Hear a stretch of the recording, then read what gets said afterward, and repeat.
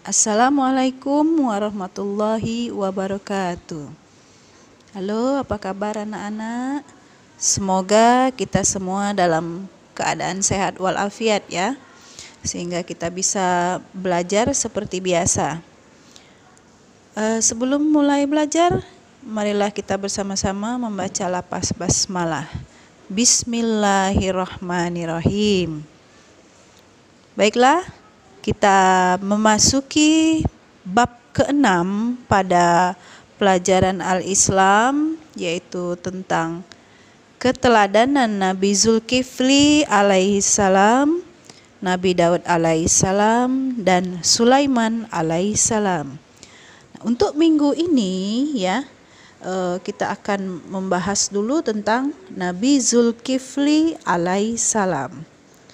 Untuk itu silakan anak-anak menyaksikan video berikut ini dan silakan kalian pelajari, simak baik-baik keteladanan Nabi Zulkifli ya.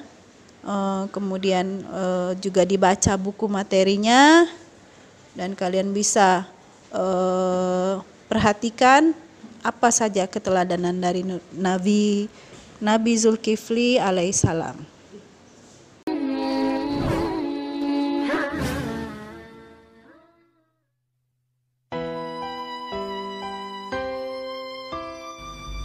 Nabi Zulkifli alaihissalam, beliau hidup pada masa kekuasaan Raja Ilyasa.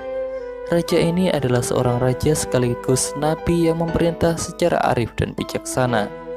Karena Raja Ilyasa tidak memiliki keturunan, maka ia mengadakan sayembara untuk mencari penerus dirinya.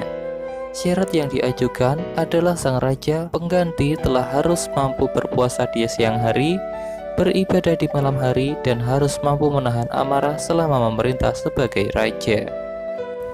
Seluruh rakyat yang mendengar persyaratan tersebut merasa tidak sanggup, kecuali satu orang yang bernama Basyar. Basyar atau Basiron lahir di Iran. Sejak kecil ia dikenal sangat ramah, tidak pernah berbohong, ahli ibadah, ulet, dan selalu mencegah perbuatan mungkar.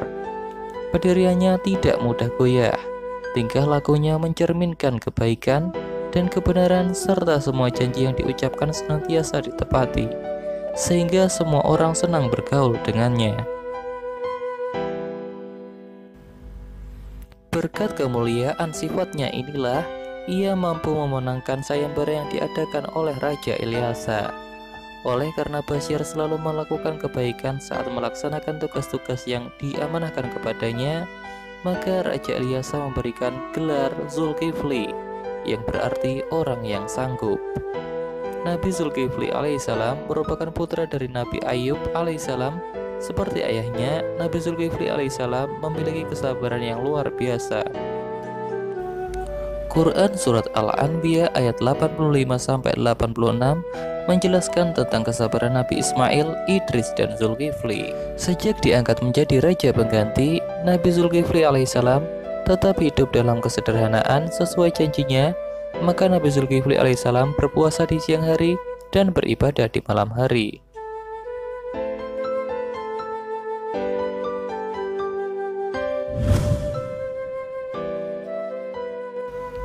Suatu hari, Nabi Zulkifli alaihissalam merasakan kelelahan yang teramat sangat setelah mengurusi rakyatnya, sedangkan waktu tidurnya digunakan untuk beribadah. Pada saat itulah iblis mengirimkan pasukannya dari golongan setan untuk menggoda.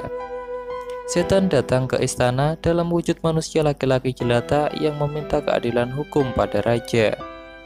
Meski para pengawal kerajaan telah memberitahu bahwa raja sedang beristirahat, tetapi setan tidak peduli dan terus memaksa ingin bertemu dengan raja. Mengetahui hal ini, Nabi Zulkifli alaihissalam meminta temannya agar terlebih dahulu datang ke ruang pengadilan istana. Setelah beristirahat sejenak, Nabi Zulkifli alaihissalam berangkat menuju ruang pengadilan. Walaupun sesampainya di sana, tamunya ternyata tidak ada di sana, dan saat ditunggu tidak kunjung datang. Hal ini terulang kembali pada keesokan harinya, dan Nabi Zulkifli alaihissalam tetap tidak terpancing amarahnya. Untuk yang ketiga kalinya, setan berinisiatif langsung masuk ke rumah Nabi Zulkifli alaihissalam dan mengetuk pintu kamar tempat Nabi Zulkifli beristirahat. Tetap saja Nabi Zulkifli alaihissalam menemuinya hingga akhirnya setan menyerah dan mengaku bahwa ia dikirim oleh iblis untuk menggoda dan memancing emosi Nabi Zulkifli alaihissalam. Gagal sudah rencana setan untuk membuat Nabi Zulkifli alaihissalam marah dan ingkar akan janjinya.